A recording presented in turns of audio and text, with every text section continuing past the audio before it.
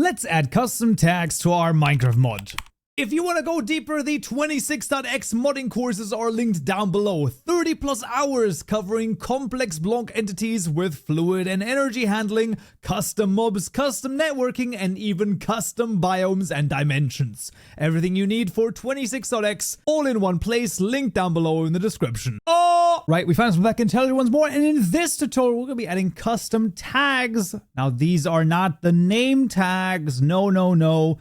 These are tags that group together items, blocks, or other things, which we've seen previously with the mineable tag as well as the needsx tool tag. And yes, we will expand this as well to include our custom ones. For this, we're going to make a new Java class. First of all, in the tutorial mod package, a new package called tags. And inside of there, we'll make the mod tags class. There we go. Now inside here, we'll actually have static classes. So we'll first make the public static class of blocks, which is going to contain the block tags and then the items as well. But let's just do the private static tag key. This is the tag key of type block, making sure, very important, we choose net Minecraft world level block right here. Otherwise, it's not going to properly work. This is the create tag method with a string name parameter. And here we're going to return block tags.create and passing in an identifier from namespace and path with tutorial.mod.id and the name here as well. As per usual, all the code is available to you down below, so you can double check it there. We're going to duplicate the blocks over here and make it the items. Change the block tag or the tag key from block to item. And then here just change to, can you guess it exactly, item tags create, boom. And just like that, we got ourselves two, well, classes, which are going to allow us to actually create our own custom tag. Now, why do we need custom tags? Well, in our case, we have two places that we sort of, well, we're basically hard coding things. That is once in the metal detector where we say, well, iron, diamond, deep slate, and deep slate diamond ore over here. These are the valuable blocks right here. Okay. And then in the block over here, in the magic block, we're saying the same thing, but with items to change when we throw them on the magic block. Now, interestingly enough, both of those are perfectly amazing moments to use tags. So in the blocks one, we're going to make a public static final tag key of type block. And this is going to be our metal detectables equal to the create tag method, passing in a string over here with the name metal detectables. There we go. I mean, you can call them whatever you want in theory, but, you know, obviously making a name that sort of makes sense is sensible. Now this is for blocks, as the metal detector literally detects blocks, and the magic block, well, that one actually needs items. So for that, we're going to have an item tag.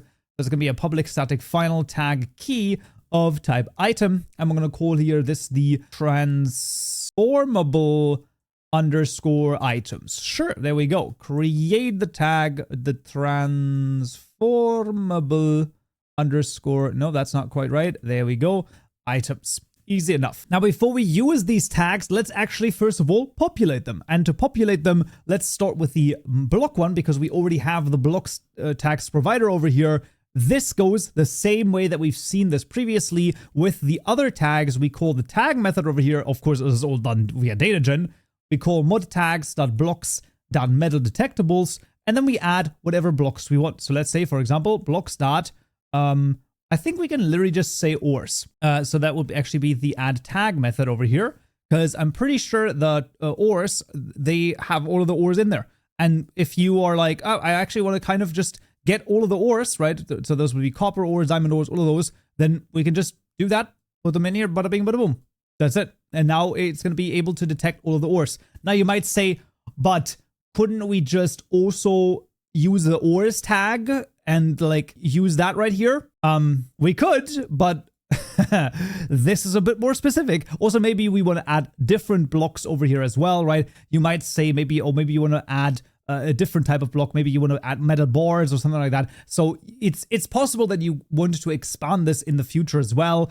Or there's all sorts of different reasons or things that you might be able to do here. So yeah, for the time being, we're just going to keep it like this and add the tag, because of course you can add tags to tags. There's no reason why you couldn't.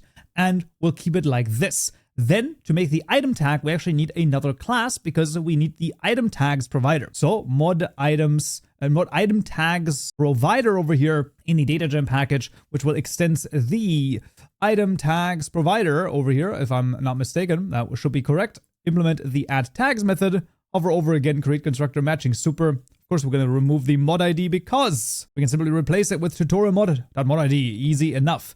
And in these ones, in the add tags, the same thing. We call the tag method over here. This is mod tags.items.transformable items. And then here we can add those items. What do we have right now? Let's double check in the magic block. So we have ingot, the iron ingot, the redstone, and azurite. Okay, so let's do let's do items.iron_ingot. Then we do redstone, and then just like add another one over here. Maybe not the copper block, maybe a copper ingot as well. I think that's okay. And then our own custom one as well. Absolutely, that's gonna be mod items.azurite. Azurite over here.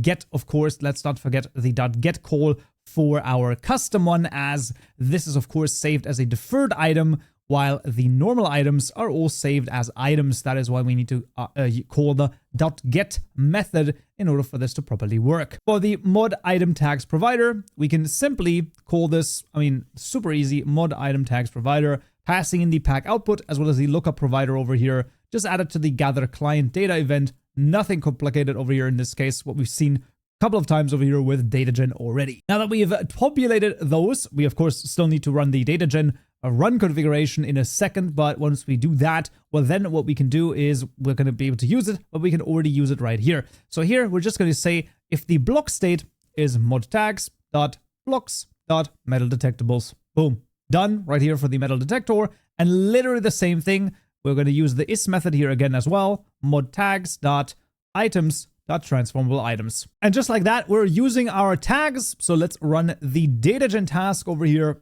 for our custom tags to generate. Those will now also generate under our tutorial mod package over here, or under the namespace. And you can see metal detectables as well as the transformable items. So we can see here, we're just literally pointing to the ores tag. And then here we have the other ones. Pretty freaking neat. And with all of that done, I think that let's jump into the game, man. See if it works.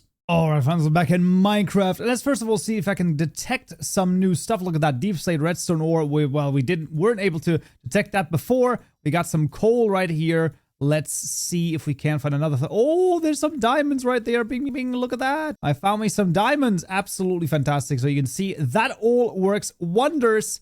And of course, throwing copper on here. Boom, it works. Throwing iron ingots on here. That's going to work as well. And redstone also is going to work. However, other stuff does not work exactly like we, expect to. And that's custom tags. Pretty freaking cool, man. Know that with a membership, you get 2 weeks of early access to these videos, but that's going to be it for this tutorial right here. And then next time, we'll talk about custom stairs. Hope to see you there. So, yeah.